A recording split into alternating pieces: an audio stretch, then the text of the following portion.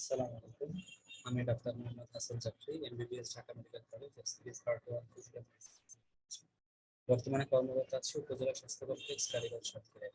তো আজকে আপনাদের প্যাথোলজির যে টপিকটা পড়াবো সেটা হচ্ছে ইনফ্লামেশন এবং হিলিং হেমোডাইনামিক্স চ্যাপ্টারের মধ্যে শুধুমাত্র হিলিং পোর্শন। তো হিলিং পোর্শনটা কিন্তু আসলে ইনফ্লামেশনের সাথেই চলে আসে। তো সেজন্য আমরা একসাথে এই জিনিসটাকে নিয়ে এসেছি। আর ইনফ্লামেশনটা তো ইনফ্লামেশন আলাদা চ্যাপ্টার হিসেবে আপনাদের পড়তে আছে। আর হিলিং হেমোডাইনামিক্সটা একই চ্যাপ্টারের মধ্যে আছে, সেখান থেকে আমরা শুধুমাত্র হিলিংটা নিয়ে আসবো। আর অনেকটা ইস্যু আজকের ইনফ্লামেশন ক্লাস এবং ক্লাসের ক্ষেত্রে আমি বলবো সেটা হচ্ছে এই সকল জায়গায় কিন্তু অনেক প্রসিডিওর বা অনেক মেকানিজম আছে। যেহেতু আমাদের পরীক্ষাটা হবে এমসিকিউ বা এসবিএ বেসড, সো এখানে কিন্তু আসলে এত বেশি আমাদের মেকানিজম বা এই জিনিসগুলো পড়ার কোনো প্রয়োজন নেই। আমরা জাস্ট হচ্ছে আহ, আহ, যেটুকু আমাদের এমসিকিউ এসবিএ এর জন্য তথ্য হিসেবে লাগবে সেটুকু করবো। এবং আমি চেষ্টা করবো আপনাদেরকে সেভাবে করে দাঁড়িয়ে দিতে, যেন আপনাদেরও সময় পাচ্ছে এবং আমারও ইজিলি আমি যেন জিনিসগুলো আপনাদেরকে ধরাই। ঠিক আছে, তো আমরা তাহলে শুরু করি। আপনাদের দাঁড়ায়। সো এখানে আমরা অ্যাজ ইউজুয়াল যেটা আমি বলছি যে আমরা মেকানিজম সংজ্ঞা তারপরে এই জাতীয় জিনিসের খুব একটা যাবো না, আমরা শুধুমাত্র এমসিকিউ এর জন্য তো আপনারা একটু এখানে দাগায় নেবেন। আর দ্বিতীয়ত একটা বিষয় যে আমার গোলাপি ডট দেওয়া যেগুলো হালকা গোলাপি ডট, এগুলো কিন্তু আমি পরীক্ষার আগের দিন করছিলাম। মোটামুটি এই জিনিসগুলো আসলে ইম্পর্টেন্ট এবং রিসেন্টলি দেখা যাচ্ছে যে জেনারেল প্যাথোলজি থেকে কিন্তু কোশ্চেন অতটা আসে না। তো সেই জন্য আমরা এখানে জাস্ট একদম এমসিকিউ দিয়ে বেস করবো। তো আমরা শুরু করি। Information is a protective response, the purpose is just আপনার পয়েন্টগুলো ঠিক আছে। এবং এটা হার্মফুল কেন হতে পারে, তার কারণ এখানে হাইপার সেন্সিটিভিটি, অটোইমিউন ডিজিজ এগুলো হতে পারে সেই জন্য। আচ্ছা, এরপর আমরা আসি অ্যাকিউট ইনফ্লামেশন। অ্যাকিউট ইনফ্লামেশনের মধ্যে major local manifestations of acute inflammation কি কি, এই তিনটা আপনাকে একটু জানতে হবে। যে vascular dilation and increased blood flow, extravasation and extravascular deposition of plasma fluid and proteins, and leukocyte emigration and accumulation in the site of injury. So এগুলো হচ্ছে আমাদের লোকাল ম্যানিফেস্টেশন কি কি আছে। Causes and aetiology of inflammation, acute inflammation এটা কিন্তু আপনাদের করতে হবে। এবং টিবি কিন্তু অ্যাকিউট ইনফ্লামেশন করতে পারে, এই জিনিসটা আপনাদেরকে জানতে হবে। অর্থাৎ অপশন এটা থাকলে কিন্তু আমাদের ট্রু দেখাইতে হবে।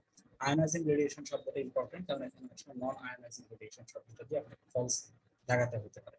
আচ্ছা, cardinal features of acute inflammation আমরা সবাই জানি। এটা সেল সাইজের উদ্ভাবিত পাঁচটা জিনিস: রুবর, ক্যালর, ডলর, টিউমার এবং ফাংশিওলোসা। এটা আমরা সবাই জানি। ঠিক আছে, এটা অ্যাকচুয়ালি নতুন করে বলার কিছু নাই।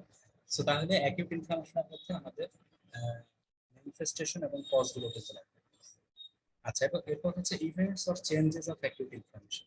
ঠিক আছে, এইখানে আপনাকে এই পয়েন্টগুলো মুখস্থ করতে হবে যে অ্যাকিউট ইনফ্লামেশনের তিনটা মেজর কম্পোনেন্ট আছে, তিনটা কি কি এটা আপনাকে একটু জানতে হবে। ঠিক আছে, এবং এই তিনটা কিন্তু অ্যাকচুয়ালি আমাদের যে উপরে যে তিনটা হয়েছে যে মেজর লোকাল ম্যানিফেস্টেশনস একই জিনিস। ঠিক আছে। আচ্ছা, অ্যাকিউট ইনফ্লামেশনে কিন্তু ব্লাড ভেসেলের প্রলিফারেশন হয় না, এটা মনে রাখতে হবে। এখানে যেটা হয় structural changes in the microvasculature that permits the plasma protein and leukocyte to leave the circulation. অর্থাৎ এখানে কিন্তু proliferation of the blood vessel সবটা সত্যি না। আচ্ছা, তার সাথে আরেকটা জিনিস হয় অ্যাকিউট ইনফ্লামেশনে উইদিন 6 আওয়ার্স, সেটা হচ্ছে সিআরপি বাড়ে। ঠিক আছে, এটা জাস্ট জানার জন্য মেজর 3 কম্পোনেন্টের মধ্যে পড়বে তা কিন্তু। আচ্ছা, সেলস অফ অ্যাকিউট ইনফ্লামেশন এক এক জায়গায় একরকম আছে। এটা আমি আপনাদেরকে একদম প্যাথোলজি এবং ইমিউনোলজি পড়ানোর শেষে আপনাদেরকে ওভারঅল একটা সামারি বলবো এই এই জাতীয় জিনিসগুলো, সাইটোকাইন রিলেটেড বা এই জাতীয় জিনিস। তখন আমরা জিনিসটা আরো ডিটেলসে করবো বা একটু স্পেসিফিক ভাবে করবো। এখন জাস্ট জেনে রাখি যে সেলস অফ অ্যাকিউট ইনফ্লামেশন বললে আমরা মোটামুটি এগুলোকে ট্রু দেখি: polymorphonuclear leukocyte that is neutrophil, যারা ফ্যাগোসাইটোসিস করে; মাস্ট সেল, ইউসিনোফিল এবং এন্ডোথেলিয়াল সেল। ঠিক আছে। আর ইসোনোফিলিক গ্র্যানুলোমা, এই সকল ক্ষেত্রে ইসোনোফিলিক গ্র্যানুলস। আচ্ছা, এটা আমাদের দরকার নেই। তাহলে এই চারটা হচ্ছে আমাদের সেলস অফ অ্যাকিউট ইনফ্লামেশন, আমরা এই মুহূর্তে জানতাম। তবে ফাইনালি আমরা আরো বিভিন্ন কিছু দেখব। হ্যাঁ, আমাদের ইমিউনোলজি চ্যাপ্টার একরকম আছে, প্যাথোলজি চ্যাপ্টার একরকম আছে, সবকিছু মিলাই আমরা কিন্তু এটা একদম আপনার প্যাথোলজি ইমিউনোলজি শেষে আমরা সামারি করে পড়বো এটা একদম। এটা গেল, এটা হচ্ছে সেলস অফ অ্যাকিউট ইনফ্লামেশন, আপাতত আমরা এটা জানবো। আচ্ছা, ইন্টারলিউকিন 17 এটা কিন্তু একটা অ্যাকিউট ইনফ্লামেশনের সাইটোকাইন। ঠিক আছে। আর ইন্টারলিউকিন 10 হচ্ছে অ্যান্টি ইনফ্লামেটরি সাইটোকাইন। ঠিক আছে, এগুলো আমরা সবই সামারি করে দেবো, কারণ চিন্তার কোনো কারণ নেই। আপাতত এটুকু মনে রাখবো।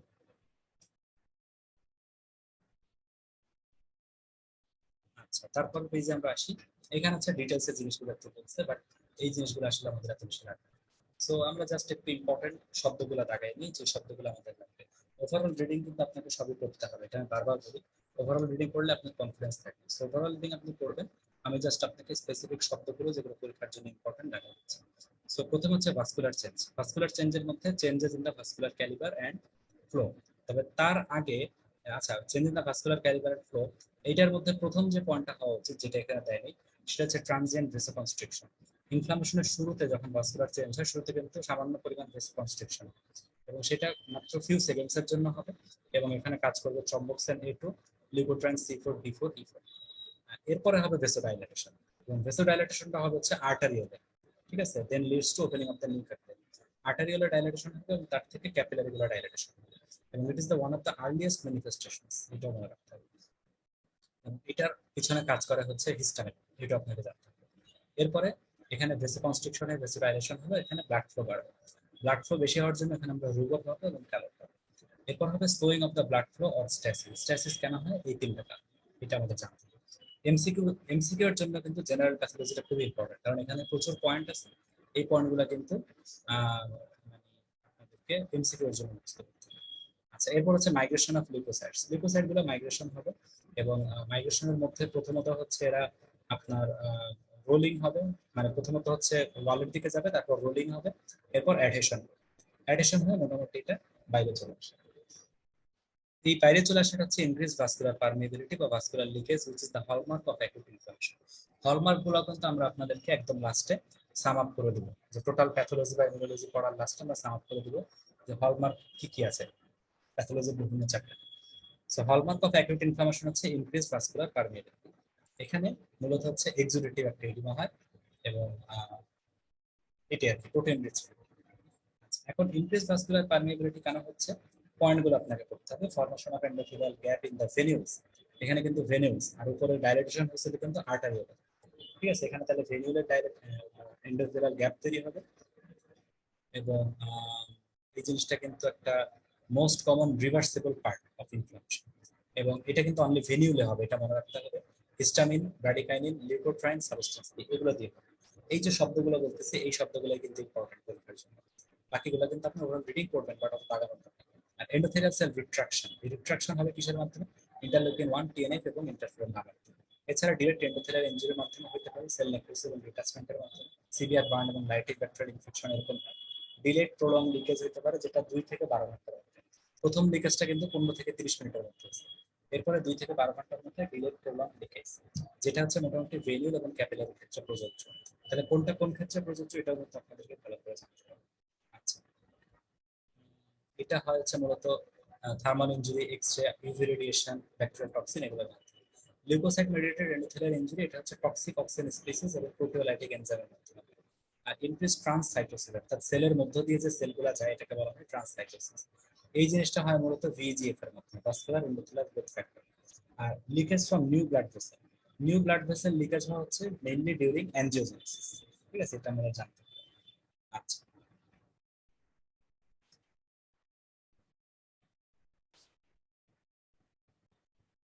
so এবার হচ্ছে এক্সুডেশন। এই যে আমাদের ফ্লুইড গুলো বের হলো, ফ্লুইড বের হওয়ার পর এখানে আমরা যেটা পাই সেটা হচ্ছে এক্সুডেশন। সো ফ্লুইড এক্সুডেট, এটার মধ্যে আমাদের কি কি আসতেছে, প্লাজমা কনস্টিটিউয়েন্ট গুলো আসবে, ফ্লুইড সলিড আসবে, প্রোটিন আসবে, ঠিক আছে। আচ্ছা, আর প্যাথোজেনেসিস অফ ইনফ্লামেটরি এডিমা হচ্ছে দুইটা, একটা হচ্ছে ভেসোডাইলেশন এন্ড স্ট্যাসিস, আর একটা হচ্ছে ইনক্রিজড ইন্টার এন্ডোথেলিয়াল স্পেস। এই দুটার মাধ্যমে কিন্তু ফ্লুইড এক্সুডেটটা তৈরি হয়, mechanism of fluid exudate. So pathogenesis of inflammatory, sorry, pathogenesis হচ্ছে mechanism of formation of fluid exudate. এটা হচ্ছে এই চারটা: increase vascular permeability, increase capillary hydrostatic pressure, breakdown of large molecule of tissue protein, and increased fluidity of the tissue bound substance।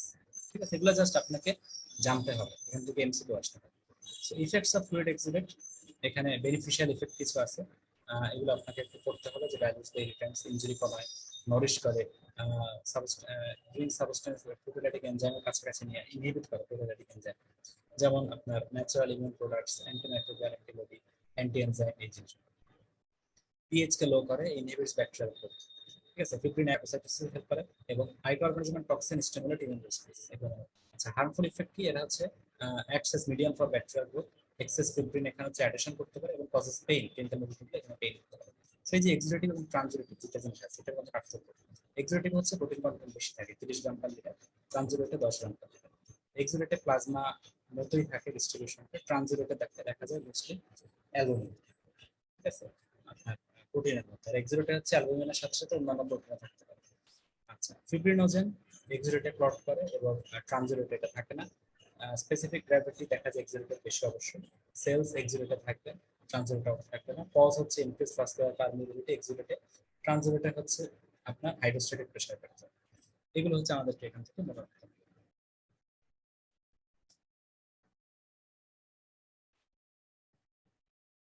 So এখানে ওই ছবিগুলো একটু দেখাইছে, এগুলো আমাদের জন্য এত ইম্পর্টেন্ট না, জাস্ট আপনাকে একটু বুঝতে হবে যে increase hydrostatic pressure, venous outflow obstruction, congestive heart failure এইসবের ক্ষেত্রে হতে পারে, যেটা হচ্ছে ট্রানজিটের ক্ষেত্রে। Decrease colloidal osmotic pressure, decrease protein synthesis, liver disease, increase protein loss, kidney disease, এগুলোর মাধ্যমে কিন্তু ট্রানজিটিভ ফ্লুইড তৈরি হয়, ঠিক আছে। এখানে প্রোটিন কম থাকে এবং সেলের পরিমাণ কম থাকে। এক্সুলেটে প্রোটিন বেশি থাকে এবং সেলের পরিমাণ বেশি থাকে, এবং এটা হয় হচ্ছে ইনফ্লামেশনের জন্য। তো সেলুলার এক্সুলেট এবার যদি আমরা বলি, সেলুলার এক্সুলেটের মধ্যে আমাদের হচ্ছে আহ, মোটামুটি দেখা যায় যে এটা neutrophil, monocyte, leukocyte, lymphocyte, eosinophil, basically সবকিছুই থাকতে পারে। So neutrophils are hallmark of acute inflammation. তাহলে হলমার্ক অফ অ্যাকুট ইনফ্লামেশন কিন্তু দুইটা আমরা পাই, ঠিক আছে? একটা হচ্ছে এক্সুলেশন অফ ফ্লুইড, আর একটা হচ্ছে সেলুলার এক্সুলেট, দ্যাট ইজ নিউট্রোফিল। তাহলে এক্সুলেশন, এটা ফ্লুইড হোক বা সেলুলার হোক, এটাই হচ্ছে হলমার্ক অফ অ্যাকুট ইনফ্লামেশন। আচ্ছা, সেলুলার হলে এটাকে আমরা বলি নিউট্রোফিল। নিউট্রোফিলস হচ্ছে প্রথম 24 ঘন্টায় বেশি থাকবে, এবং এরপর মনোসাইট চলে আসে 24 থেকে 48 ঘন্টার মধ্যে মনোসাইট চলে আসে, কারণ তখন ক্রনিক ইনফ্লামেশন তৈরি হয় সেই জন্য। আচ্ছা, তো there are exceptions to the cellular exhibition. Viral infection in lymphocyte, hypersensitivity eosinophil, সিউডোমোনাসের ক্ষেত্রে neutrophil predominate over 2 to 4 hours. তারপর লিম্ফোসাইট ম্যাক্রোফেজের ক্ষেত্রে প্লানাইডিয়া, রিকেটশিয়া, মাইক্রোপ্লাজমা, স্পাইরোগাইটস, এগুলো হচ্ছে লিম্ফোসাইট ম্যাক্রোফেজ এইসবের ক্ষেত্রে এক্সিবিট হিসেবে পাওয়া যায়। তাহলে এটা জাস্ট আমরা মোটামুটি একটু জানলাম যে সেলুলার এক্সিবিটের মধ্যে কি কি আছে, কোন ক্ষেত্রে কি আসে এবং কখন কি আসে। মূলত লিকুইড এক্সিবিট যেটা, ফ্লুইড এক্সিবিট, এটা কিন্তু বেশি ইম্পর্টেন্ট। আচ্ছা, এবার আমরা আসি হচ্ছে সেলুলার ইভেন্টস। সেলুলার ইভেন্টের মধ্যে এক্সট্রাভাসেশন এন্ড ফ্যাগোসাইটোসিস, এই দুটো জানতে হবে। সো স্টেপস অফ এক্সট্রাভাসেশন, এটা পয়েন্টগুলো একটু জানতে হবে। ইন দ্য লুমেন মার্জিনেশন, অর্থাৎ মার্জিনের দিকে চলে আসে ডব্লিউবিসি গুলো, এরপর রোলিং হতে থাকে, এরপর অ্যাডেশন হয়ে যায় আটকায়, এরপরে ট্রান্সমাইগ্রেশন, এবং তারপরে ইন্টারস্টিশিয়াল টিস্যুতে এসে এরা ফ্যাগোসাইটোসিস, সরি কেমোট্যাক্সিস, ঠিক আছে, এটা ব্যবহার। সো তাহলে এই হচ্ছে মোটামুটি আমাদের এক্সট্রাভাসেশনের স্টেপগুলো, এটা আমাদের মনে রাখতে হবে। তাহলে ইনফ্লামেশনের শুরুতে হচ্ছে আমাদের কি হলো, লাস্টে কি হলো, এক্সিলেটের মধ্যে কি কি আসলো, এগুলো মনে রাখতে হবে। আচ্ছা, এন্ডোথেলিয়াল লিউকোসাইট অ্যাডহেশন বলবো, এটা জাস্ট একটু আপনারা করতে পারেন, ঠিক আছে, এত ইম্পর্টেন্ট কিছু না।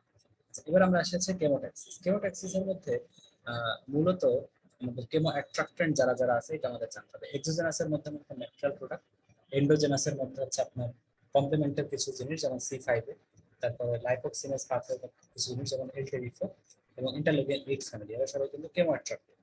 এবং এক্সোজেনাস কিন্তু ব্যাকটেরিয়াল প্রোডাক্ট, এরা সবাই কেমিক্যালকে নিজের দিকে অ্যাট্রাক্ট করে। তাহলে ইন্টারলিউকিন 8 কেমো অ্যাট্রাক্টেন্ট, এটা মনে রাখতে হবে। C5 কেমো অ্যাট্রাক্টেন্ট এবং LTB4 কেমো অ্যাট্রাক্টেন্ট, এটা মনে রাখতে হবে। আচ্ছা, কেমোট্যাকটিক এজেন্ট কি কি আছে, যেমন নিউট্রোফিলের মধ্যে হচ্ছে bacterial peptide and lipid, C5 complement C5 a, আর LTB4, আর হচ্ছে ইন্টারলিউকিন 8। মনোসাইট ম্যাক্রোফেজের ক্ষেত্রে কি কেমোট্যাকটিক এজেন্ট, সেটা হচ্ছে C5 এ থাকবে ব্যাকটেরিয়াল পেপটাইড লিপিড, এটা থাকবে, LTB4টা থাকবে, ইন্টারলিউকিন 1 থাকবে, ইন্টারলিউকিন 8 এর জায়গায় ইন্টারলিউকিন 1 থাকবে in case of macrophage monocyte, ঠিক আছে। আর এর সাথে হচ্ছে অন্যান্য TNF, ক্যালিপ্রিন, পিরিজেব, এগুলো থাকে, ঠিক আছে। তাহলে ইন্টারলিউকিন 8 অ্যাকুট ইনফ্লামেটরি, এবং নিউট্রোফিলের মাধ্যমে এটা হবে, নিউট্রোফিলের পেটে ইয়ে করবে, ইনভলভ করবে। এবং মনোসাইট ম্যাক্রোফেজের ক্ষেত্রে ইন্টারলিউকিন 1, যেটা হচ্ছে ক্রনিক ইনফ্লামেশন। ইওসিনোফিলের ক্ষেত্রে C5 এ LTB4, PCB, PDG, interleukin 5। C5 এ LTB4, এরা বোথ নিউট্রোফিল এবং ম্যাক্রোফেজ এবং ইওসিনোফিল, তিন জায়গায় কিন্তু এরা মোটামুটি কাজ করে, ঠিক আছে। তাহলে C5 এ কেমোট্রাক্টেন্ট হিসেবে কাজ করতেছে, এবং LTB4 কিন্তু আপনার হিসেবে কাজ করতেছে, ঠিক আছে। ইনফরমেশন দিলাম।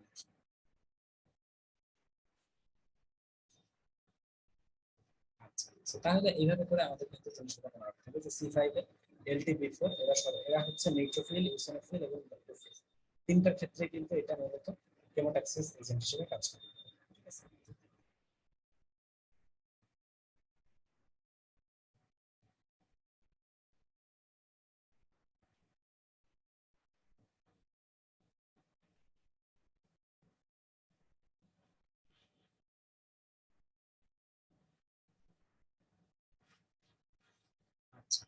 সো আমরা তাহলে তারপর পেজে যাই।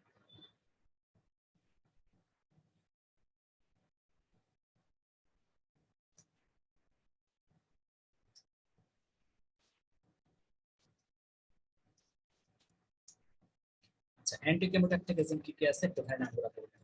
এর মধ্যে স্টেরয়েড কিন্তু important। আচ্ছা, কিছু ডিজিজ আছে যেখানে কেমোট্যাক্সিস হয় না, এটা বলুন। আচ্ছা, এবার আমরা আসি হচ্ছে ফ্যাগোসাইটোসিস। ফ্যাগোসাইটোসিস এর মধ্যে কি বলছে? ফ্যাগোসাইটোসিস হচ্ছে আমাদের নিউট্রোফিল এবং ম্যাক্রোফেজ এই দুজন করে থাকে, এটা আগে রাখবেন। তারপরে হচ্ছে আহ, কি কি ইভেন্ট থাকবে, স্টেপ থাকবে। প্রথমত রিকগনিশন এন্ড অ্যাটাচমেন্ট, এখানে প্রথমত রিকগনিশন এবং এরপর অ্যাটাচমেন্ট। এটার স্টেপ হচ্ছে ফ্যাগোসাইটোসিস বা অপসোনাইজেশন। অপসোনাইজ সাবস্টেন্স যেটা হচ্ছে মূলত আমাদের মাইক্রোস্কোপের সাথে লেগে থাকবে এবং প্যাথোজেনকে লাগা রাখতে সাহায্য করে। ঠিক আছে? প্রচুর অপশন কি আছে? C5 এর C3B, sorry C3B, IC3B, IgG antibody, plasma protein like ন্যানোস্পাইন্টিক lectin, MBL, C reactive protein, fibrinogen, fibronectin. Phagocytosis without opsonization হচ্ছে by recognizing the bacterial oligocyte।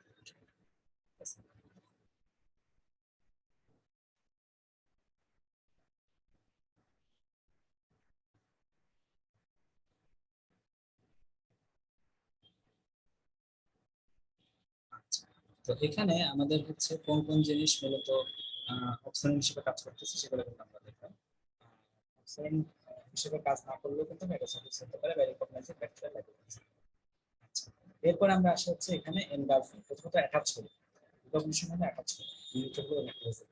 এরপর এনগালফিং, সিউডোপোডগুলো কি করে চারিদিক থেকে এটাকে টেনে ভিতরের দিকে নিয়ে আসে এবং ফ্যাগোজোম ফর্ম করে, ফর্ম বাই প্লাজমা। ঠিক আছে? এবং ফ্যাগোলাইসিস কিন্তু আছে।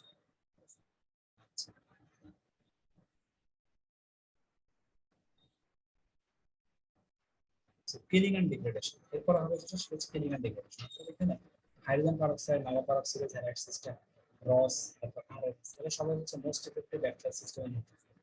ঠিক আছে? কেমন?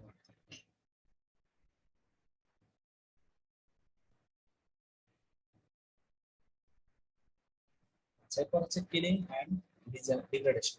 সেখানে অক্সিজেন ডিপেন্ডেন্ট হতে পারে, অক্সিজেন ইন্ডিপেন্ডেন্ট হতে পারে। অক্সিজেন ডিপেন্ডেন্টের মধ্যে অক্সিজেন, মাইলা পারঅক্সাইড, হ্যালাইড সিস্টেম হচ্ছে মোস্ট ইফেক্টিভ।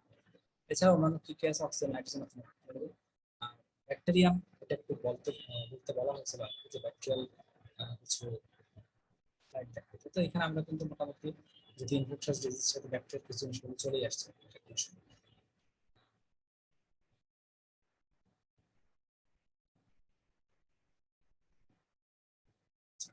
তো এখানে অক্সিজেন ডিপেন্ডেন্ট মেকানিজম হচ্ছে মোস্ট ইফেক্টিভ হচ্ছে এটা।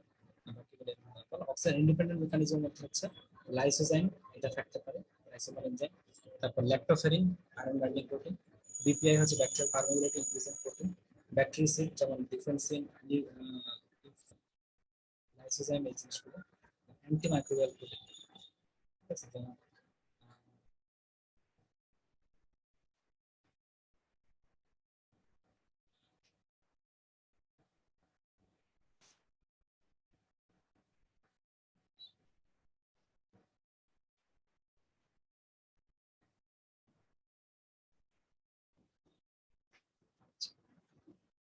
তো আমরা মনে হয় একটা জিনিস একটু মাঝখানে বলতে গেছিলাম আমি স্যার। তো এখানে যেটা আমি বলতে চাচ্ছি যে অক্সিজেন ডিপেন্ডেন্ট মেকানিজম হচ্ছে তাহলে আমাদের এই জিনিসগুলো, অক্সিজেন ইন্ডিপেন্ডেন্ট মেকানিজম হচ্ছে এই জিনিসগুলো। ঠিক আছে? ব্যাকটেরিসাইডাল হচ্ছে ডিফেন্সিন, লাইসোজাইম, এই জিনিসগুলো। অ্যান্টিমাইক্রোবিয়াল প্রোটিন আছে, আর মেজর বেসিক প্রোটিন আছে, এটা হচ্ছে ক্যাটারি। তাহলে এই সবগুলো হচ্ছে আমাদের এগুলো নাম করতে হবে। এখান থেকে কিন্তু ডিটেলসে পড়ার কিছু নাই যে ফ্যাগোসাইটোসিস স্টেপ কি কি আছে, প্রত্যেকটা স্টেপের আবার সাব স্টেপ কি কি আছে, এর মধ্যে অক্সিজেনাইজেশন কে কে করে, ভেরি ভেরি ইম্পর্টেন্ট। আর তারপরে হচ্ছে আপনার অক্সিজেন ডিপেন্ডেন্ট এবং ইন্ডিপেন্ডেন্ট মেকানিজমে কে কোনটায় কাজ করে, এগুলো ইম্পর্টেন্ট।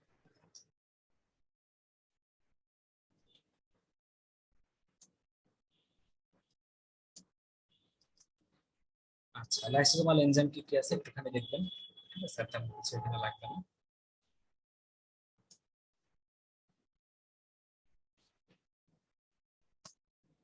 এবার আমরা আসি লিউকোসাইট ইনডিউসড ইনজুরি।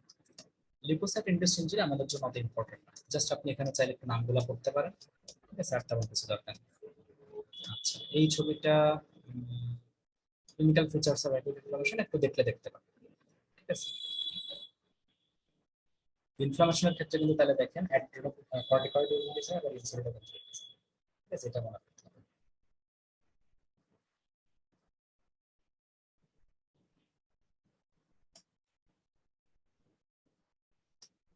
মাঝখানে উঠে গেছিলাম, কিছু কি মিস করে গেছি কিনা?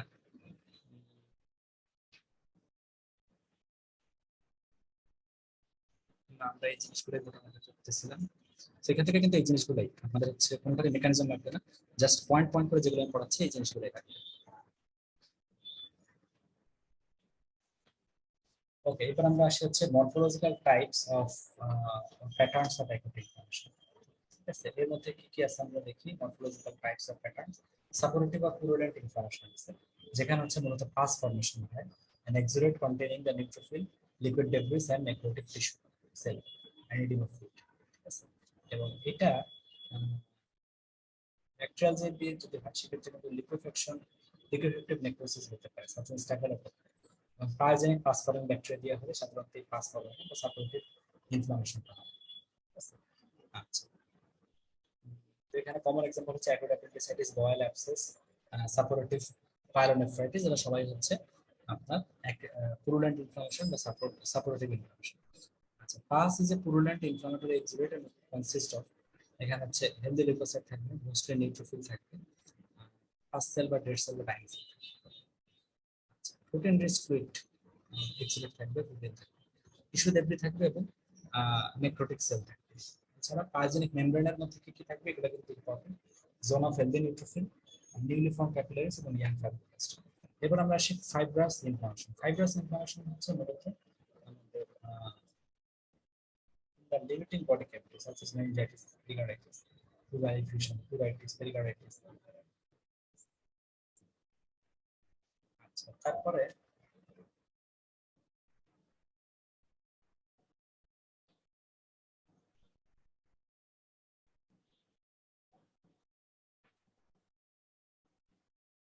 আচ্ছা, এরপর হচ্ছে সেরাস ইনফ্লামেশন। সেরাস ইনফ্লামেশন হচ্ছে exudate of cell poor fluid, যেটাকে আমরা বলি হচ্ছে সেরাস ইনফ্লামেশন। এবং এই ক্ষেত্রে কিন্তু অনেক সময় দেখা যায় যে ক্যাভিটি থেকে জিনিসগুলো আসতেছে, স্যালাইন বা পেরিটোনাল প্লুরা, পেরিকার্ডিয়াম, পেরিপেরিয়াম। ঠিক আছে, আচ্ছা। আহ, এক্ষেত্রে কিন্তু নট ইনফেক্টেড থাকে, patient does not contain a large size from the plasma as a result of increased vascular permeability to from the superficial skin blister resulting from a burn or viral infection represents accumulation of serum cells। ঠিক আছে, example হচ্ছে diffusion গুলো সমস্যা, তাহলে diffusion গুলো সবগুলোতে কিন্তু serous infection, এটা মনে রাখতে হবে।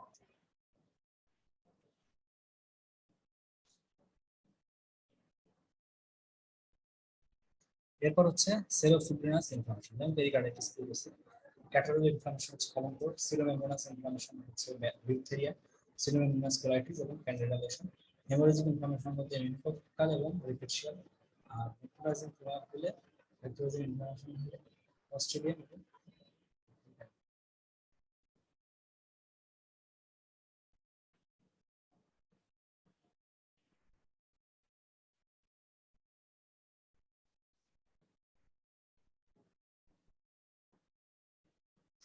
আচ্ছা, এখানে হচ্ছে হেমোরেজিক ইনফ্লামেশন আছে, আর পাশে হচ্ছে নেক্রোটাইজিং। সো তাহলে ইনফ্লামেশন গুলা কিন্তু আমরা মোটামুটি অ্যাকিউট ইনফ্লামেশন কি কি টাইপস আছে একটু জাস্ট জানি। এখান থেকে এগুলো তত বেশি ইম্পর্টেন্ট না, জাস্ট একটু রিডিং করা কি outcome and fate of inflammation, এই যে চারটা হতে পারে, এগুলো একটুখানি দেখবো।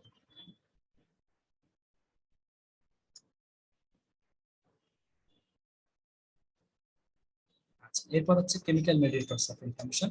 ইনফ্লামেশন থেকে কিন্তু এই জায়গা থেকে কোশ্চেন ভালোই আসে। ঠিক আছে, এই জন্য ভালো করে পড়তে হবে।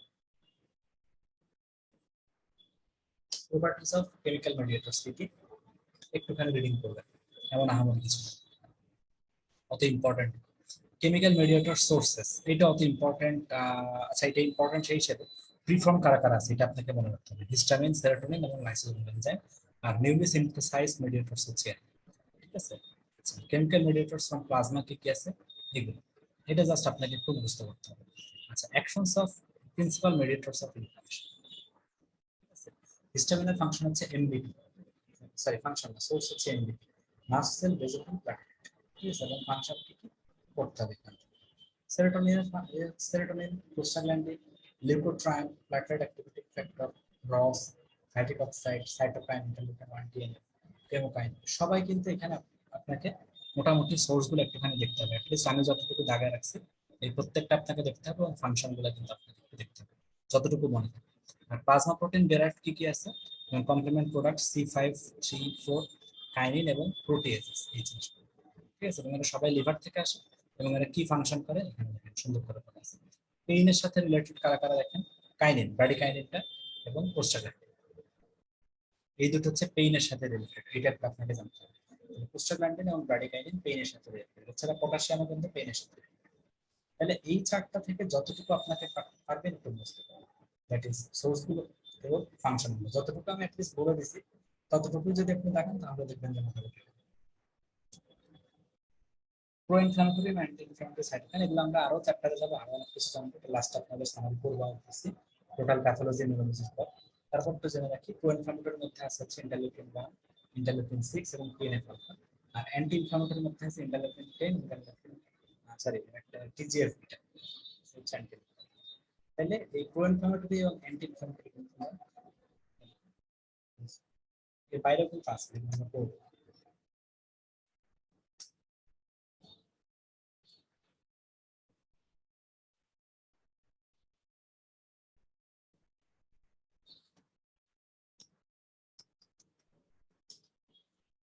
সো এখান থেকে effects of complement fragments in acute inflammation, একটুখানি এটা করতে হবে। ভাস্কুলার ফেনোমেনা তৈরি করা হচ্ছে C3A5A4, যেটাকে আমরা অ্যানাফাইলোটক্সিন বলি, যারা ভেসোডাইলেশন করে এবং increase vascular permeability by reducing histamine. Leukocyte adhesion chemicals activation C5A, phagocyte হচ্ছে C5B, সেল লাইসিস বাই ন্যাক, এটা হচ্ছে C5, মানে মেমব্রেনটা কমপ্লেক্স করতে।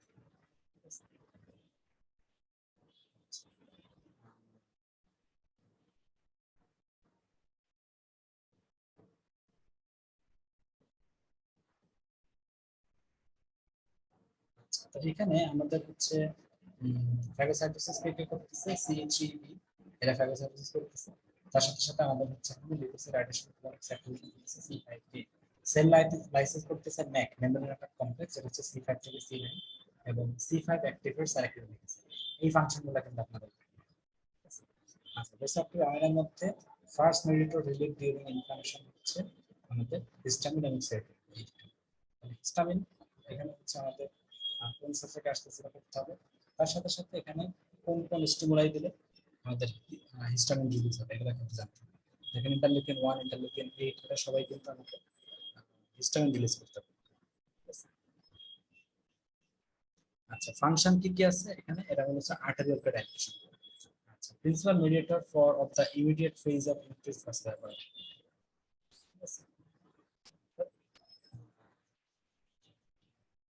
ইনক্রিজ ভাস্কুলার বায়োলজির জন্য মূলত হচ্ছে হিস্টামিনটাই সবার আগে দিয়ে কাজ করা শুরু করে।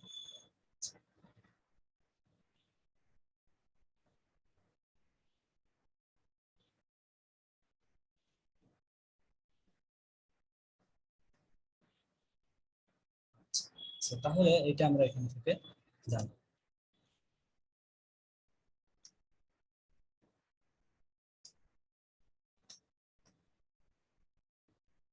সেরোটোনিন থেকে জাস্ট একটু আপনারা জানতে পারেন ফাংশন।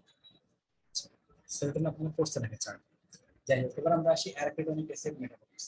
অ্যারাকিডোনিক অ্যাসিড মেটাবলিটস এর মধ্যে দেখেন সেল মেমব্রেন থেকে ফসফোলিপিড বেরিয়ে আসে, ফসফোলাইপেজের মাধ্যমে, যেটাকে স্টেরয়েড বলে। এরপরে এসে এখানে সাইক্লোক্সিনেজ এবং লাইপোক্সিনেজ দুইটা পাথওয়েতে ভাগ হবে, ঠিক আছে। সাইক্লোক্সিনেজ ভাগ যেটা, এখানে হচ্ছে প্রোস্টাগ্ল্যান্ডিন G2H2 তৈরি হয়, তারপরে I2, থ্রম্বোক্সিন A2 এবং PGD2 PGE2 তৈরি হয়।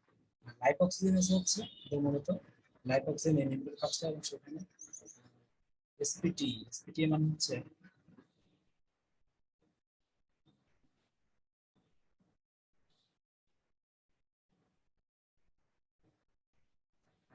এখান থেকে মূলত হচ্ছে লিউকোট্রাইন A1 ফর্ম করে, তারপর সেখান থেকে C A4 ফর্ম করে, সেখান থেকে C4 D4 E4, ঠিক আছে, মাঝখানে শুধুমাত্র D4টা নেই। এটা হচ্ছে কেমোটক্সিসের এখান থেকে এই তিনটা মিলে পরবর্তীতে কিন্তু broad spectrum vascular anesthesia. That's 11, 4, 6, 7.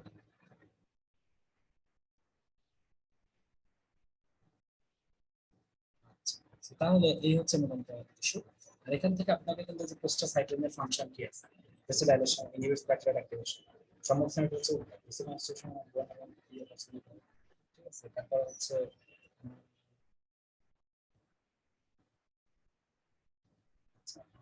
Leukotriene দিয়ে হচ্ছে মূলত ব্রঙ্কোস খাজা, ইনহিবিটস ভাস্কুলার পারমিয়াবিলিটি এগুলো হবে এবং দিয়ে মূলত করে দিচ্ছে।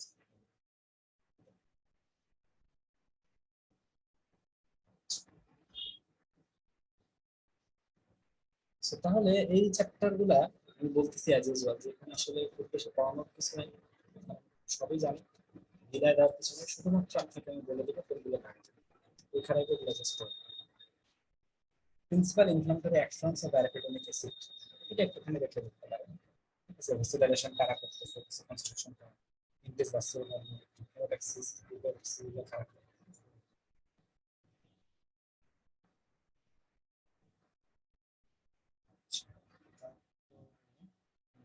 এই চারটা খুবই important. Action of different mediators of inflammation, very very very very important. Vasodilation কে করতেছে, ভেসো কনস্ট্রাকশন কে করতেছে। তাহলে দেখেন সেরোটোনিন কিন্তু ডাইলেশন কনট্রাকশন দুটোই করতে পারে। ইনক্রিজ ভাস্কুলার পারমিয়াবিলিটি কে করতেছে, পিজিডি2, হেমোটক্সিস, লিউকোসাইটস অ্যাডিশন হচ্ছে ইন্টারলিউকিন 5 এবং ইন্টারলিউকিন 7 হতে পারে।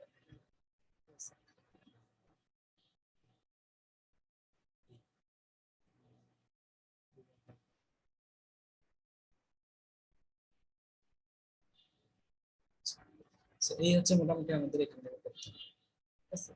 এটা হচ্ছে আচ্ছা।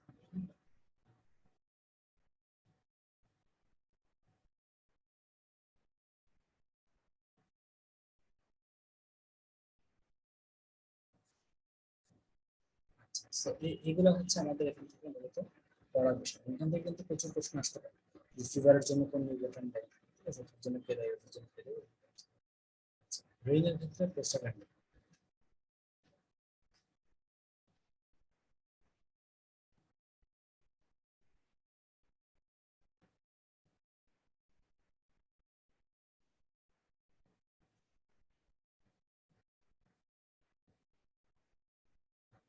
So, এই হচ্ছে মোটামুটি আপনার এই চারটা, এটা কিন্তু খুব ভালো করে করতে হবে। সো এখানে ফিভারের মধ্যে ইন্টারলিউকিন 1, ইন্টারলিউকিন 6, টিএনএফ এগুলো মনে রাখতে হবে। প্রোস্টাগ্ল্যান্ডিন ই এটা মনে রাখতে হবে। পেইনের মধ্যে prostaglandin also decrease pain by vasodilation, wash out. অর্থাৎ প্রোস্টাগ্ল্যান্ডিন কিন্তু পেইন বাড়াইতে পারে, কমাইতে পারে। ব্র্যাডিকাইনিন পেইন বাড়ায়, পটাশিয়াম পেইন বাড়ায়, পিএইচ কমলে পেইন বাড়ায়, 5-HT হিস্টামিন, সেরোটোনিনে টিস্যু টেনশনের জন্য পেইন বাড়ায়, ইন্টারলিউকিন 1, টিএনএফ এরাও কিন্তু পেইন বাড়ায়, ঠিক আছে। তাহলে এটা আমাদের কিন্তু টিস্যু ড্যামেজের ক্ষেত্রে কাজ করতেছে, এগুলো জানতে হবে, ঠিক আছে। তাহলে এখানে হচ্ছে আপনার অ্যাকশন কি কি আছে এটা জানতে হবে, যে কি কি অ্যাকশন এবং তার জন্য কোন কোন হরমোন বা কোন কোন মেডিয়েটরস কাজ করতেছে এটা আপনাকে জানতে হবে, ঠিক আছে।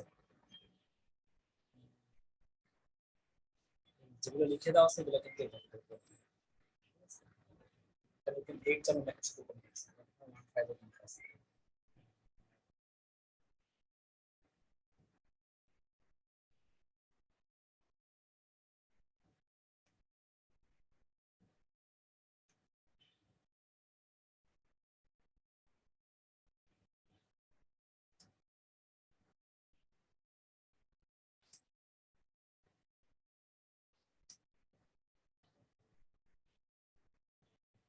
এরপরে এই চারটা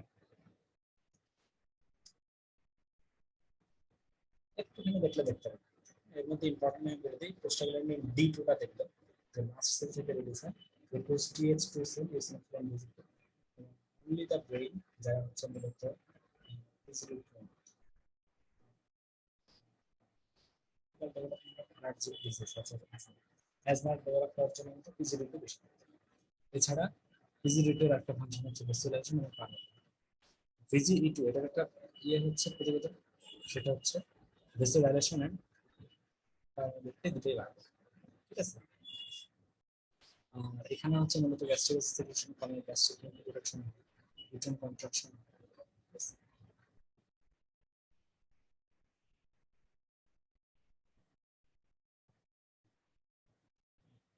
তো এই হচ্ছে মোটামুটি আমাদের এই চার্টটা আমি পুরোটাই এখানে দেখলাম, এমন আমার ইম্পর্টেন্ট কিছু না, জাস্ট একটু রিডিং করবো।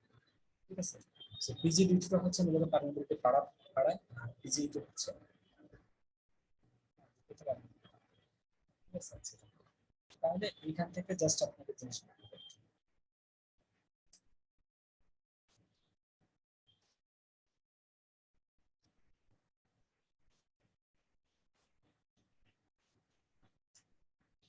এখান থেকে অ্যাকশনস অফ মিডিয়েটর কি আছে একটুখানি বলবো।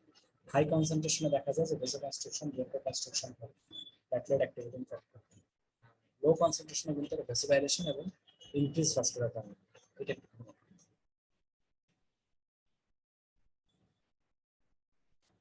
ব্যাপার নেই।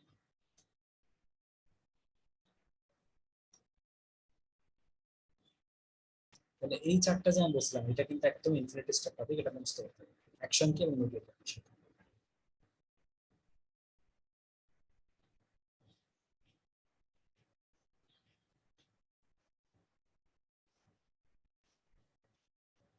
এবার আমরা আসি হচ্ছে সাইটোকাইন বা কেমোকাইন। সাইটোকাইনটা কিন্তু most common cytokine release from macrophage, it is most commonly cytokine release হচ্ছে ম্যাক্রোফেজ। আচ্ছা এখানে একদম কিছু লাগবে না, সাইটোকাইনস দ্যাট স্টিমুলেট হেমোটাইসিস এটা একটুখানি বলবো। ইন্টারলিউকিন 3/7 গ্রানুলোসাইট কলম macrophage CSF, macrophage CSF, granulocyte CSF এবং স্টেম সেল।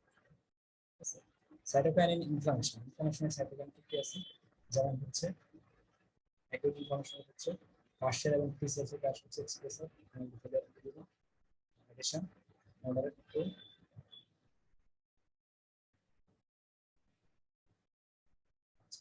এখানে প্রত্যেকটা আপনাকে কিন্তু প্রাইমারি সোর্স রাখতে হবে। ইনফেকশন হচ্ছে মালা, সরি ম্যাক্রোফেজ, ঠিক আছে, ইনফ্লামেশনের ক্ষেত্রে হচ্ছে ম্যাক্রোফেজ, টি লিম্ফোসাইট, এগুলো হচ্ছে আপনার টিএনএফ এর একটা সোর্স। ঠিক আছে, এটা মনে রাখতে হবে। আচ্ছা, তারপর হচ্ছে ইন্টারলিউকিন 1 এর একটা সোর্স হচ্ছে ম্যাক্রোফেজ, ইন্টারলিউকিন 6 এর সোর্স ম্যাক্রোফেজ, কেমোকাইনের সোর্স ম্যাক্রোফেজ, ইন্টারলিউকিন 17 এটা কিন্তু ম্যাক্রোফেজ প্রোডাকশন করছে, এটার কিন্তু একটা প্রিন্সিপাল সোর্স আছে টিএইচ7। ঠিক আছে, সো এগুলো কিন্তু মনে রাখতে হবে। ক্রনিক ইনফ্লামেশনের ক্ষেত্রে ইন্টারলিউকিন 12, ইন্টারলিউকিন 17 এগুলো পড়া থাকে। ঠিক আছে, তাহলে প্রিন্সিপাল অ্যাকশন এন্ড ফাংশন এখান থেকে দরকার নাই, বাট এখান থেকে side primary side.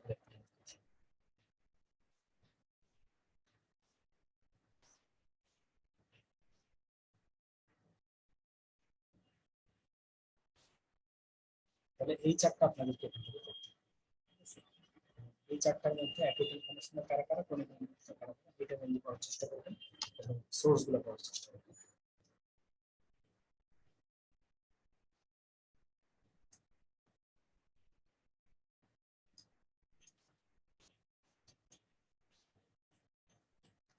হাজার্স and complication of acute inflammation এটা জাস্ট আপনার নিজের মধ্যে পড়ে নিতে এমন কিছু। ঠিক আছে,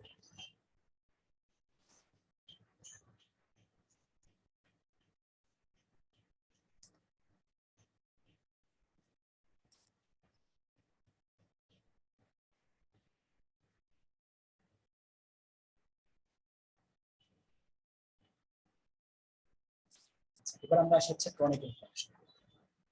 সো ক্রনিক ইনফ্লামেশনের মধ্যে ক্রনিক ইনফ্লামেশনের ডেভেলপশন অ্যাকুট ইনফ্লামেশন কোন কোন হচ্ছে এবং ফ্রম অনসেট ক্রনিক কোন কোন হচ্ছে। আচ্ছা, মানে ক্ষেত্রে দেখা যায় যে একটা শর্ত থাকে যে পারসিস্টেন্টলি বডি থাকে, ইনফেকশাস হবে, তারপরে হচ্ছে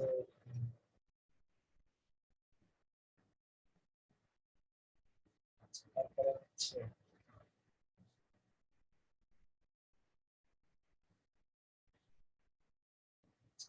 সেইখানে আমাদের মনে রাখতে হবে যে ক্রনিক ইনফ্লামেশনের সাথে অ্যাকুট ইনফ্লামেশন হচ্ছে ডেভেলপ করতেছে এই চারটা ক্ষেত্রে, সরাসরি ক্রনিক হচ্ছে কিন্তু এগুলো। ঠিক আছে, টিবি কিন্তু ক্রনিক মেনলি করে অ্যাকুট করতে পারে। ঠিক আছে, অ্যাকুট টিউবারকুলোসিস হচ্ছে অ্যাকুট করতে পারে।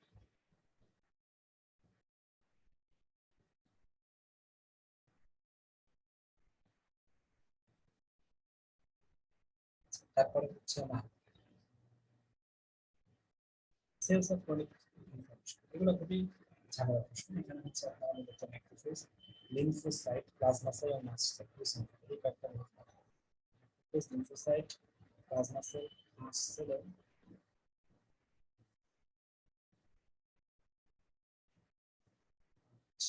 তাহলে এই হচ্ছে আমাদের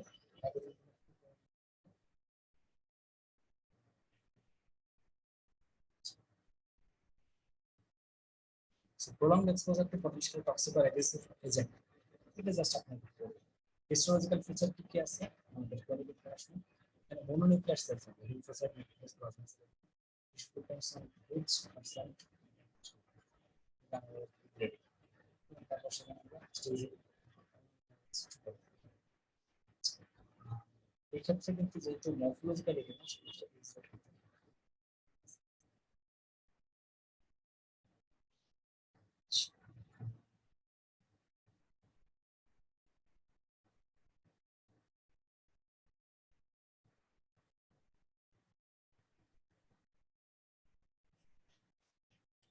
এজেন্টস ফর টিস্যু ইনজুরি কি কি আছে জাস্ট একটু দেখবেন। এজেন্টস ফর ফাইব্রোসিস অ্যাঞ্জিওসিস কি আছে, আমি এখান থেকে উল্টা পাল্টায় কোশ্চেন দিই।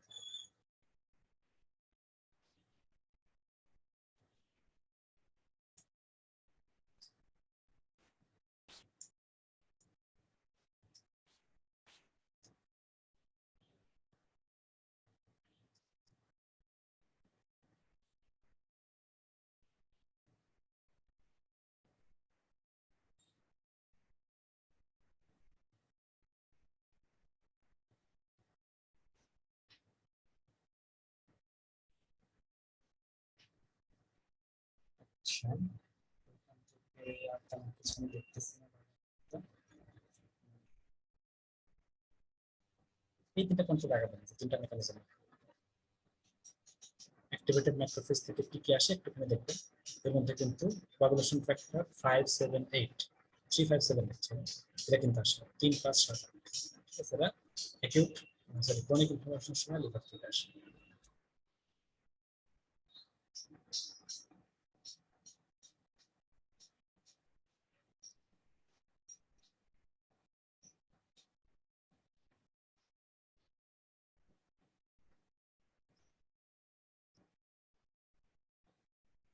এখান থেকে আসলে পড়তে চাইলে না অনেক কিছু পাওয়া যায়, আমি যে জন্য একটুখানি রিডিং করে করে দেখতেছিলাম। বাট আসলে আমার আসলে এটা পড়তে ভালো লাগে না। যাই হোক, আমি যতটুকু পারতেছি দাগাই দিচ্ছি, এটুকু আপনারা পড়েন, বেশি বেশি বেশি বেশি যাওয়ার দরকার নেই। কারণ এমসিকিউ এসবিও তো বেশি দিতে যাওয়ার দরকার নেই। বাট এগুলো আসলে অনেক মজার টপিক এবং এগুলা এভাবে করে আসলে মজা পাওয়া যায়।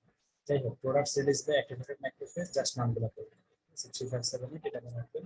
কোয়াগুলেশন ফ্যাক্টর কোনটা কোনটা।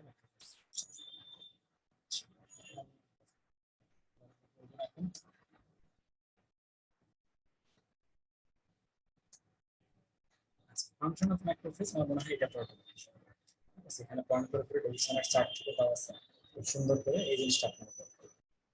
নোটের মধ্যে দেখেন ম্যাক্রোফেজ কিন্তু টাইপ 4 হাইপার সেন্সিটিভ এবং অ্যান্টিটিউড একসময় করে, ঠিক আছে।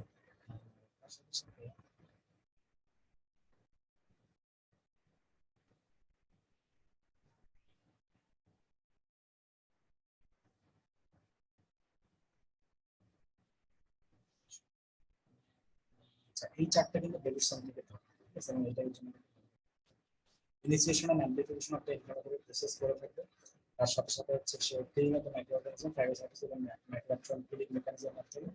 আর তার সাথে হচ্ছে আমাদের clearance, resolution and repair scavenging মেকানিজমের মাধ্যমে এবং রিমডেলিংয়ের মাধ্যমে আমাদের link between system. Innate and adaptive immune সিস্টেমের মধ্যে মূলত লিঙ্কটা করা হচ্ছে ম্যাক্রোফেজ।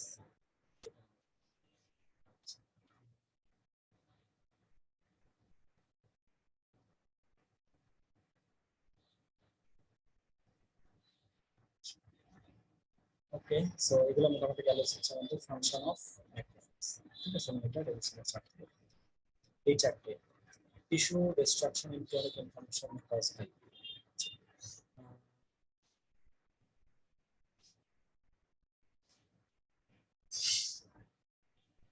এটা এখানে দেখতে দেখতে পারেন না তিন প্রবলেম।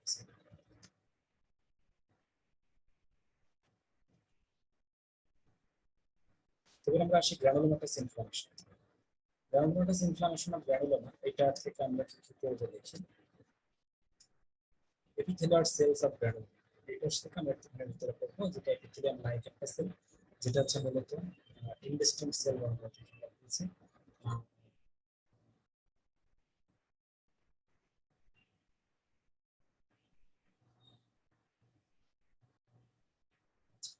সো এই হচ্ছে মোটামুটি আমাদের এপিথেলিয়াল সেল বর্ণনা। এর মধ্যে ভিতর থেকে বলার কিছু নেই, জাস্ট এখানে হচ্ছে আপনার পিন গ্রানুলোমা হবে আস্তে আস্তে, তার সাথে হচ্ছে এখানে রাখতে পারবেন।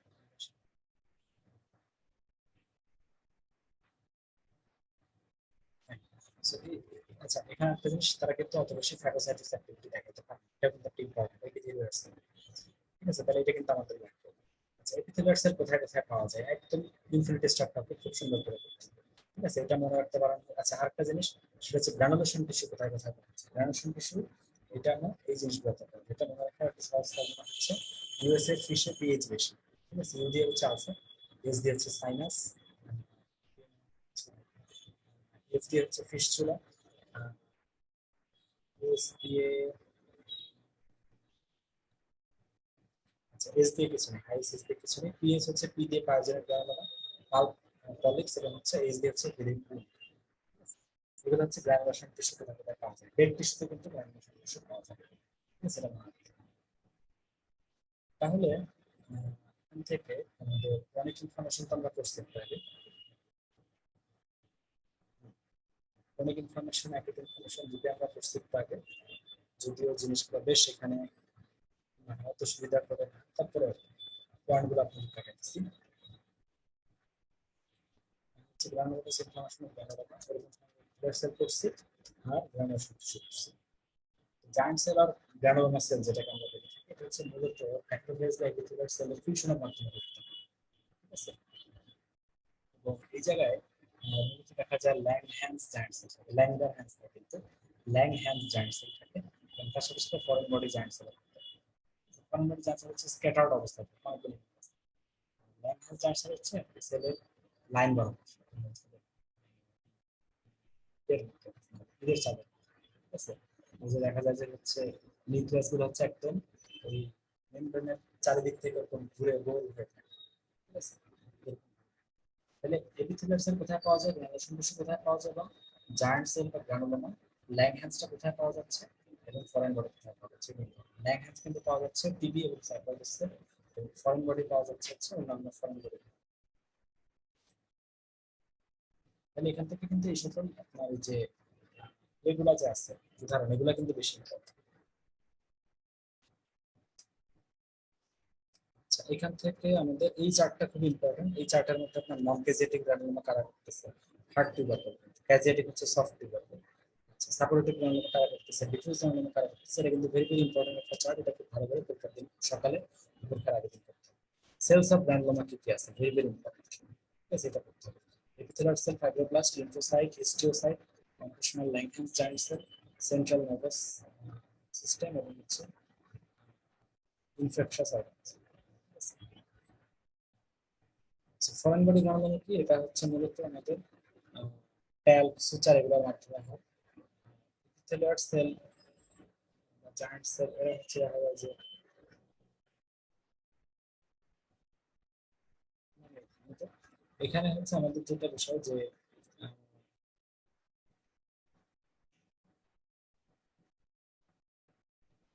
ফরেন বডি গ্রানুলোমাতে মূলত হচ্ছে ট্যাল্ক, সুচার, এই জিনিসগুলো আমরা পাই, এবং তার সাথে সাথে এপিথেলিয়াল সেল, জায়ান্ট সেল, এই জিনিসগুলো কিন্তু পাই। আচ্ছা, আর ইমিউন গ্রানুলোমা, এখানে হচ্ছে মূলত ইমিউনিটির মাধ্যমে যে গ্রানুলোমা তৈরি হয়, যেমন আমরা হচ্ছে টিবির ক্ষেত্রে পাই। ঠিক আছে, জাস্ট একটু রিডিং করবো, তেমন কিছু না।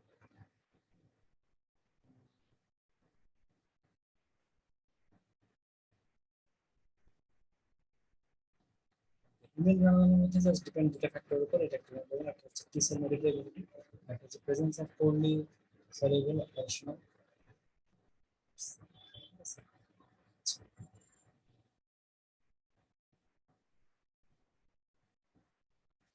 আচ্ছা, so তাহলে আমরা কিন্তু মোটামুটি ক্যালেন্ডার গণনা, তারপরে হচ্ছে ইমেল গণনা, এগুলো কিন্তু বুঝলাম, এবং কোন জায়গায় কোনটা পাবো সেটা কিন্তু আমরা জানবো।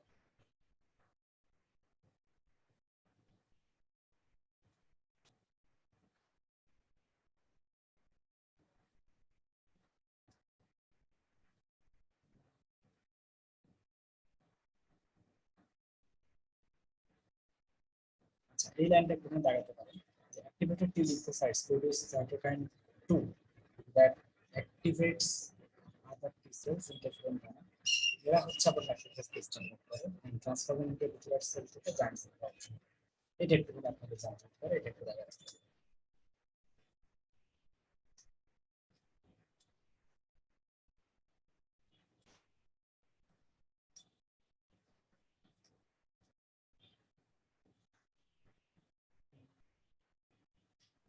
ইটিওলজিক্যাল ক্লাসিফিকেশন আপনারা একটুখানি দেখতে পারেন যে কোন কোন জিনিস দিয়ে আলাদা আলাদা ফরমেশন হবে, বিট মাইক্রোসিস গুলো দিয়ে দিতে হয়।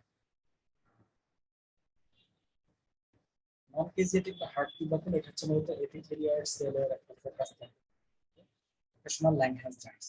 কেজিয়েটিভ বা সফট টিউবারকুল এটা কিন্তু সেন্ট্রাল একটা ক্যাজিয়াস নেক্রোসিস থাকে, এটা আসলে একটা ফর্ম।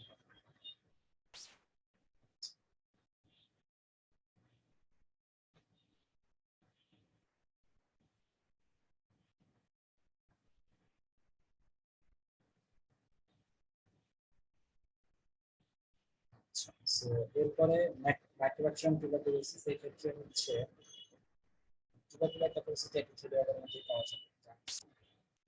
মাইক্রোসিস হচ্ছে ফোমিয়াল পরিস্থিতি।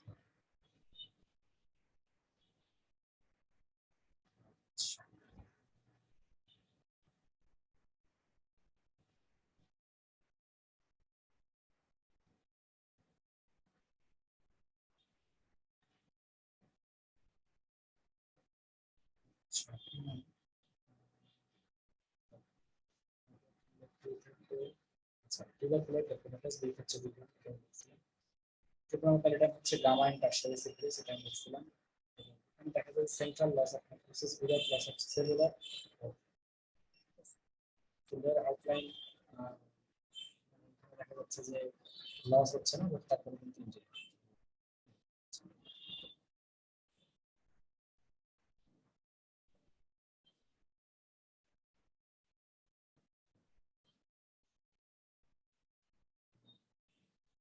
দেখলাম আইডিয়া সো মোটামুটি আমাদের জাস্ট এখান থেকে একটু রিডিং করতে কিছু ব্যাপার না, এই যে যেগুলো আমি হালকা গোলাপি বক্স দিয়ে তাকাই দিচ্ছি এগুলো একটু করবো।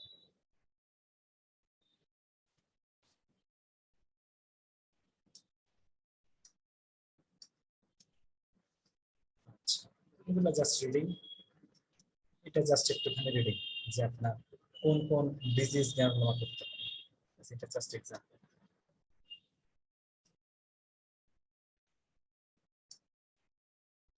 আচ্ছা, জায়ান্ট সেল থেকে ফিজিওলজিক্যাল জায়ান্ট সেল কার আছে, অস্টিওব্লাস্ট, মেগাকারিওসাইট এবং সিনসাইটিও ট্রফোব্লাস্ট। আর প্যাথোলজিক্যাল জায়ান্ট সেল হচ্ছে ল্যাংহ্যান্স জায়ান্ট সেল টিউবারকুলার পাই। ফরেন বডি সেলের হচ্ছে আপনার ট্যাব সিলিকা এবং অ্যাশপ জায়ান্ট সেল হচ্ছে রিউমাটিক ফিভারে পাওয়া যায়। তারপর giant cell of the giant cell tumour, এটা হচ্ছে অস্টিওপ্লাস্টিক টিউমারে পাওয়া যায়। তারপর প্রোটন জায়ান্ট সেল পাওয়া যায় জ্যান্থোমতে। সোডিয়াম ইউরিক ক্রিস্টালের জায়ান্ট সেলের মধ্যে পাওয়া যায়, সেটাও ঠিক আছে। ম্যালিগন্যান্ট জায়ান্ট সেল কিছু আছে, মানে anaplastic tumour, Hodgkin disease, Reed Sternberg giant cell. তারপর কোরিওকার্সিনোমা, পোলিলিফার, সেটা অ্যাস্ট্রোসাইটোমা।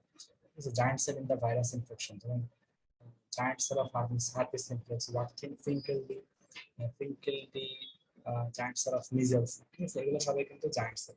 তো এটা হচ্ছে জাস্ট আপনি একটু জানতে হবে যে জায়ান্ট সেল কারা কারা আছে।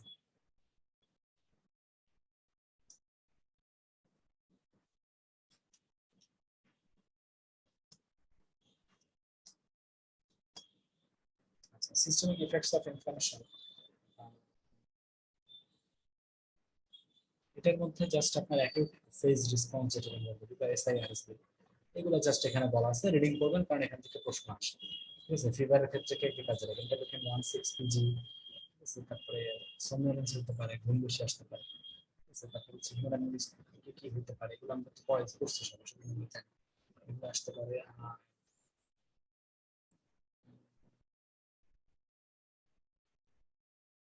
গ্লুকোকর্টিকয়েড এবং ভ্যাসোপ্রেসিন, এই জিনিসগুলো একটা বিষয় থাকে। গ্লুকোকর্টিকয়েড বাড়লে এবং ভ্যাসোপ্রেসিন কমলে কিন্তু সিস্টেমিক ইনফ্লামেশন চেঞ্জ হয়। আচ্ছা, অ্যানোরেক্সিক শক, এটা কিন্তু একটা ইস্যু। তার সাথে সাথে একটা বিষয়, কমায় কি কি ইনফরমেশন হলে কি কি কমে, সোয়েট কমে, ঘাম কমে, অ্যাপটাইট কমে, ক্ষুধা কমে, এডিএইচ কমে। ঠিক আছে? তারপর হচ্ছে গ্লোবুলিন কমে, আরবিসি কমে, এগুলো সব কমে, বাকি সব বাড়ে। এসআইআরএস এ কি হয়? Systemic inflammatory response syndrome, hyper বা হাইপোথার্মিয়া থাকে, ঠিক আছে। তারপর হচ্ছে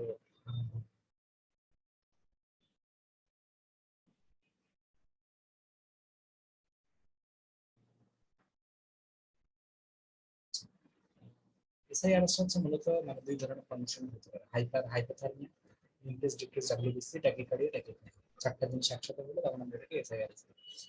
ওভারঅল এগুলো বাদ দিয়ে আমরা ওভারঅল বলে থাকি সিস্টেমিক ইফেক্টস অফ ইনফ্লামেশন। এর মধ্যে কমে এই জিনিসগুলো আর বাড়ে হচ্ছে বাকি সব কিছু, ঠিক আছে। অ্যাকিউট ফেজ প্রোটিন কি কি আছে আমি একটু নামগুলো দেখি কিছু।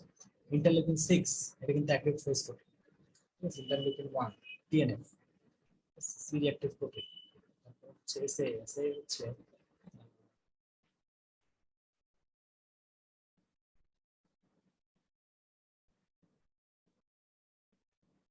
আচ্ছা, পরে দেখতেছি। আর হচ্ছে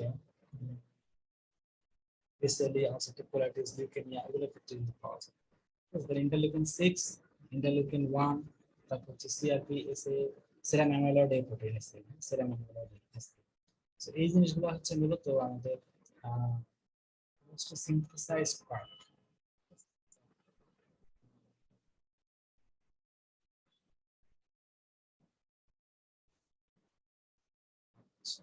তাহলে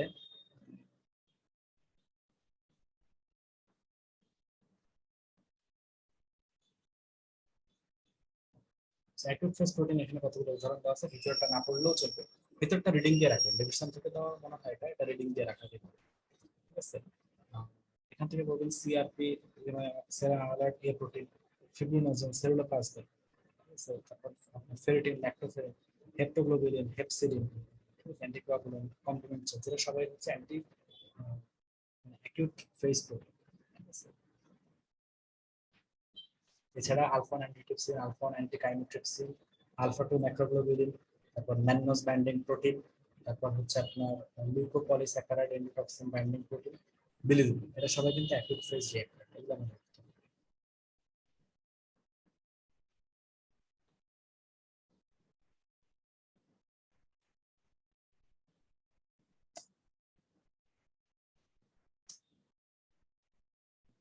তারপর অ্যাকিউট ফেজ রিঅ্যাকশন ইনপুটস কি কি আছে জাস্ট একটু লিখে রাখলাম। ডিফারেন্স বিটুইন অ্যাকিউট এবং ইনফ্লামেশন তো জানবেন, এটা আমাদের পড়ার দরকার নেই, ব্যাটারিটা আপনারা জানেন, এই জন্য এটা নিয়ে খুব বেশি যাবো না।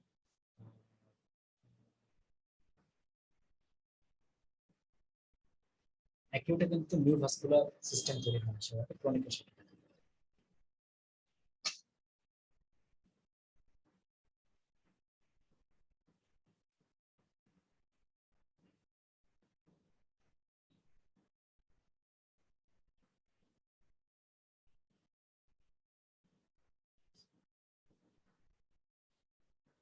আচ্ছা, তারপরে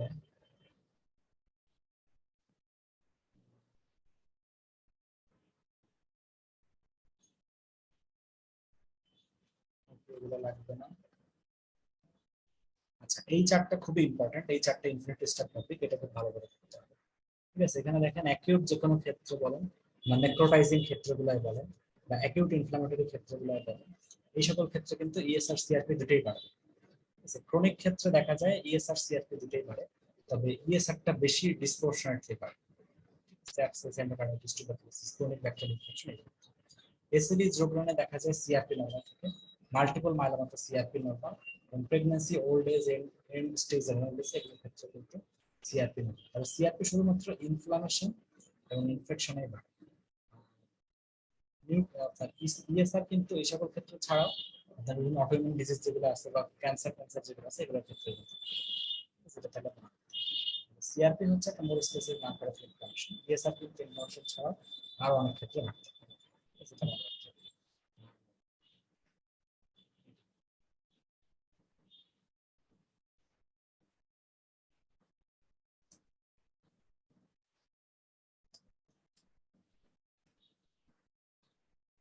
আচ্ছা, এখানে আমরা দেখি সিআরপি কোন কোন ক্ষেত্রে বাড়ে না। লুপাস ফর্ম, এটা একটু মনে রাখতে পারেন, এটা দিয়ে মনে রাখতে পারেন।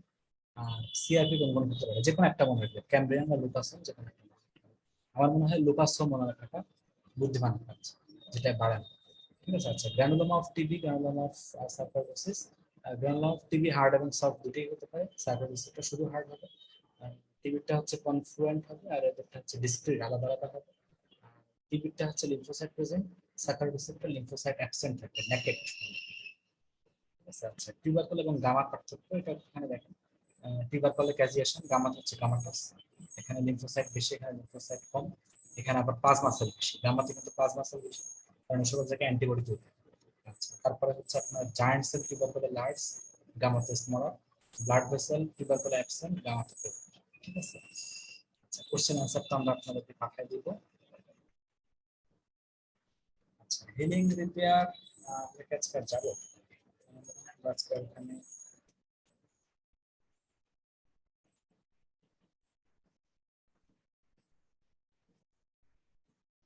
আচ্ছা, একটু দাগাই দিই, বেশি তো না। আজকের ক্লাসটা আমি মূলত একটুখানি পড়ে পড়ে আপনাকে দাগাই দিচ্ছি যে কোনটা লাগবে কোনটা লাগবে। সো হিলিং রিপেয়ারের মধ্যে আপনার এই যে রিপেয়ার কাকে বলে এটা একটু দেখবেন। রিপেয়ারের হচ্ছে দুইটা টাইপস আছে, এটা দেখতে হবে, রিজেনারেশন এবং ম্যাচুরেশন। এর মধ্যে রিজেনারেশন মানে হচ্ছে যেখানে র্যাপিডলি ডিভাইডিং সেল থাকে, যেমন স্কিন, ইন্টেস্টাইন, হিমোপয়েটিক সেল, এগুলো এবং লিভারের ক্ষেত্রে কানেকটিভ টিস্যু বা এই সকল ক্ষেত্রে দেখা যায় যে হচ্ছে হিলিং এর মাধ্যমে রিপেয়ার, মানে ফাইব্রোসিসের মাধ্যমে রিপেয়ার। কেমন? সো এর মধ্যে যেমন হচ্ছে আপনার lungs, liver, kidney, chronic inflammation যেখানে হচ্ছে বা মায়োকার্ডিয়াম, এই সকল ক্ষেত্রে কিন্তু মানে ফাইব্রাস টিস্যুর মাধ্যমে ওই জায়গাগুলো রিপেয়ার হয়, এই জন্য এটাকে বলা হয় হিলিং। আর যেখানে এপিথেলিয়াল টিস্যুর মাধ্যমে রিপেয়ার হয় এটাকে বলা হয় রিজেনারেশন। তাহলে রিজেনারেশন কিন্তু মানে ছোটখাটো ইনজুরির ক্ষেত্রে হবে, আর রিপেয়ারটা হবে বড় ইনজুরি বা কানেক্টিভ টিস্যু ইনজুরি। আচ্ছা, এরপর আমরা আসছি হচ্ছে ফাইব্রোসিস। ফাইব্রোসিসটা জাস্ট একটু ক্রনিক ইনফ্লামেশন হয়, এটা মনে রাখতে হবে। অর্গানাইজেশন হচ্ছে এই fibrosis develops in a tissue space occupied by inflammatory exudate, সেটাকে বলা হয় অর্গানাইজেশন। যেমন অর্গানাইজিং নিউমোনিয়া, ঠিক আছে, অর্থাৎ যেখানে এক্সিউরেটের জায়গায় নতুন ভাবে ফাইব্রোসিস হয় সেটাকে বলা হয় অর্গানাইজেশন। আচ্ছা, তাহলে বাকিগুলো আমরা মোটামুটি জানলাম। সেলের টাইপস এখানে বলা আছে, এটাও ভেরি ভেরি ইম্পর্টেন্ট। ল্যাবাইল সেল হচ্ছে যারা সব সময় কন্টিনিউয়াস প্রলিফারেশন করতেছে, যেমন এপিথেলিয়াগুলো আছে, উদাহরণ দেখবেন। নিউপার্টিক সেলগুলো আছে, উদাহরণ দেখবেন। এই সব জায়গায় কিন্তু রিজেনারেশন হয়। কুইনসেন্ট সেল বা স্ট্যাবল সেল, স্ট্যাবল সেল হচ্ছে মূলত আমাদের যে সেলগুলা ক্যাপাবিলিটি আছে এটা হওয়ার, যেটা হচ্ছে প্রলিফারেট করা, কিন্তু নর্মালি এটা চুপচাপ বসে থাকে, প্রয়োজন মতো প্রলিফারেট করে। এটা কিন্তু G0 ফেজে থাকে, কিন্তু স্টিমুলেটর খেলে G1 ফেজে চলে আসে। এর এই উদাহরণগুলো বেশি ইম্পর্টেন্ট, যেমন fibroblast, vascular epithelial cell, smooth muscle cell, fat cell, chondrocyte, parenchymal cell of liver, pancreas, kidney, resting lymphocyte, leukocyte, এই জিনিসগুলো।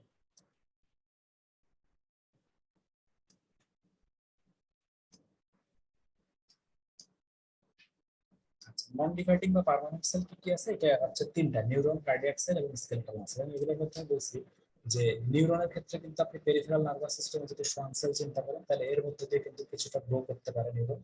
আর স্কেলেটাল মাসেলের ক্ষেত্রে স্যাটেলাইট সেলের মধ্যে দিয়ে কিন্তু কিছুটা স্কেলেটাল মাসেলের রিজেনারেশন হইতে পারে, বাট এমনিতে এরা কিন্তু পার্মানেন্ট, এদের থেকে কোনো রিজেনারেশন হয় না।